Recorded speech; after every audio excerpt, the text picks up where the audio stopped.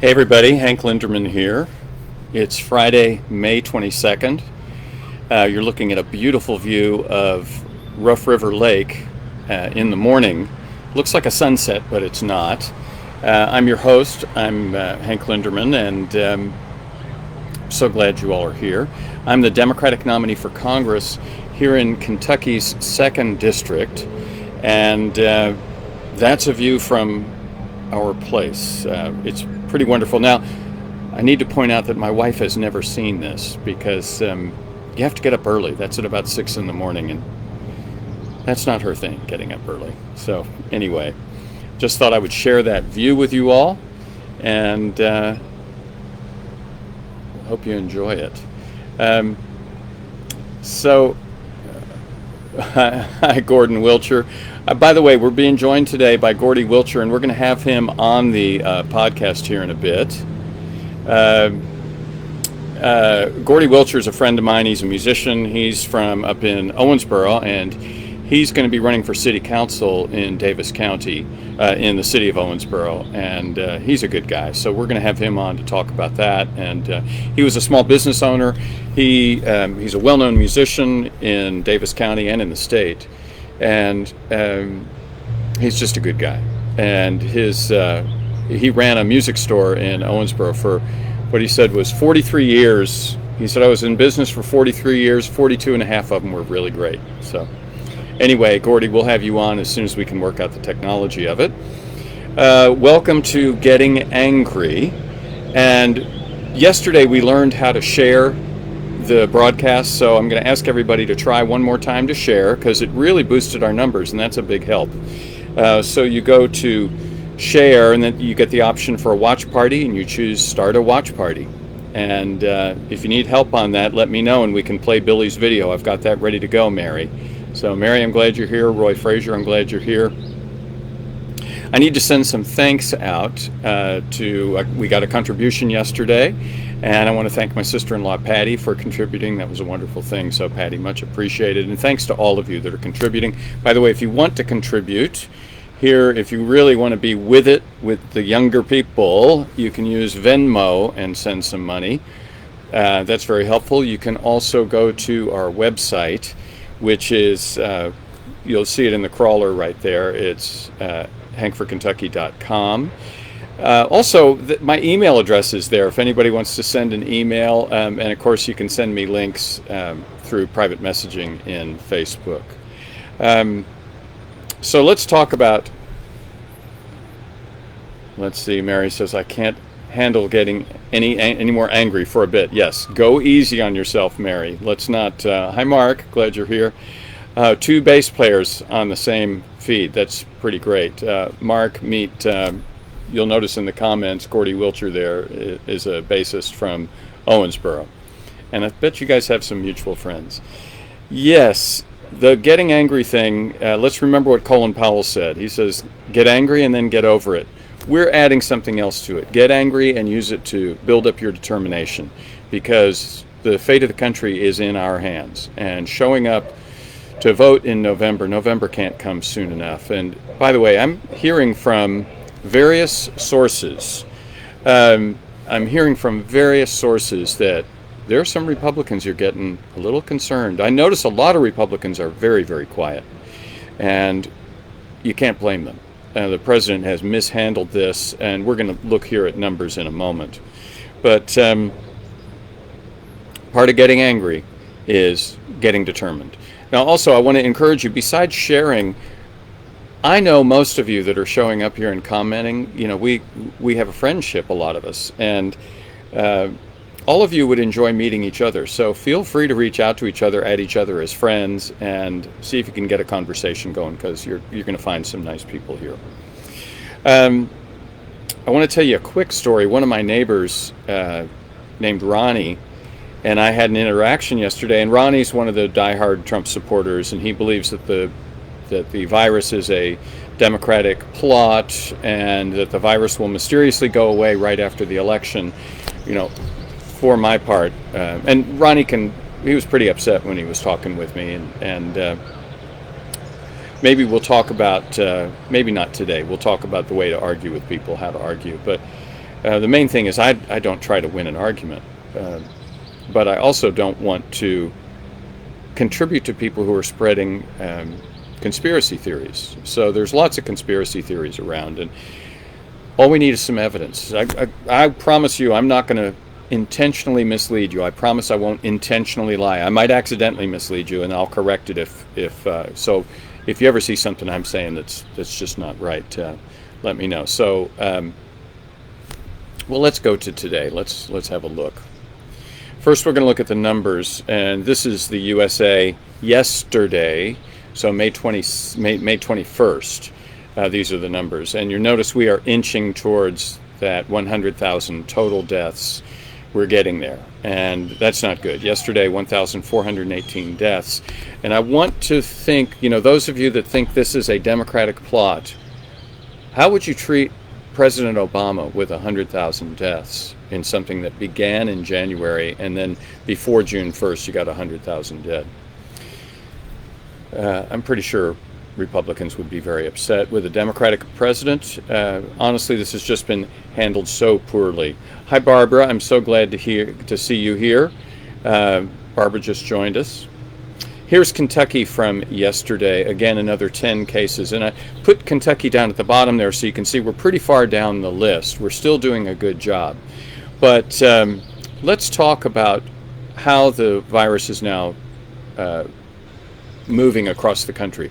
Because remember, we used to see, we had one day where we had 3,600 deaths in the United States when New York was really going through it. Now what's going on is a patchwork. The Atlantic, which if you're able to look at the Atlantic, I think they give you 3 or 4 free views of their articles a month. They're a very good source. And their story here is about our patchwork pandemic. That relates to a couple of things.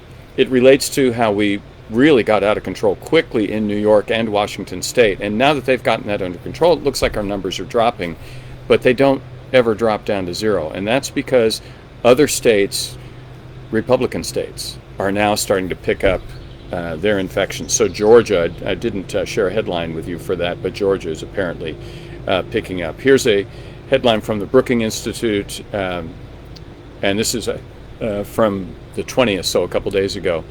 It's now spreading into counties with strong Trump support. President Trump has, of course, announced he's not going to shut the economy down again, so that's just a disaster. From this article, here's a map, and the map is a little confusing, but here's the easy way to look at it. Anything yellow is new. Those are the newest things. So we can see what's happening. You can see in Florida and in Arizona and in Georgia and in lots of Trump country or Trump supporting country, you're seeing that this is picking up. So that's not a good thing. By the way, speaking of the president, he finally did the right thing. And I post this not to make fun of him. He thinks we want to make fun of him. No. We want him to take the damn thing seriously and wearing a mask. So I say thank you, President Trump, for finally putting on the damn mask like the rest of us. Goodness. Anyway, let's have a look at someone who had to be who was in bed for 6 weeks. And this is an unusual guy. This is on BuzzFeed, and you can look this up. And this guy's a weightlifter, a bodybuilder type. So let's look at what he looked like before and after. On the left is obviously before, on the right is after. And obviously this is terrible. And look, here's another picture of him. What a difference. So this is what this virus can do to you. It doesn't mean it'll do it to you if you get it. A lot of people have a different response to it.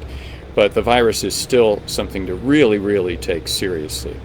I want to show you my secret ingredient, where I get all these stories. There are 2 places, and I probably shouldn't do this because there's going to be a few of you who go, oh, that's all you're doing. You're looking in these places and sharing these stories with us. But first one is memorandum.com. And this is from this afternoon, around 4 o'clock Eastern, so less than an hour ago. And all memorandum is the hit parade for political stories. They're neither left nor right. All it is who got the most clicks. So this is something, and they update it every 5 minutes. So this is a great site, and when people get caught up in this, it becomes a little bit addictive. But this is a great place if you can handle it. Also, this can become very overwhelming, and to all of you, I say, go easy on yourselves. Let's do that.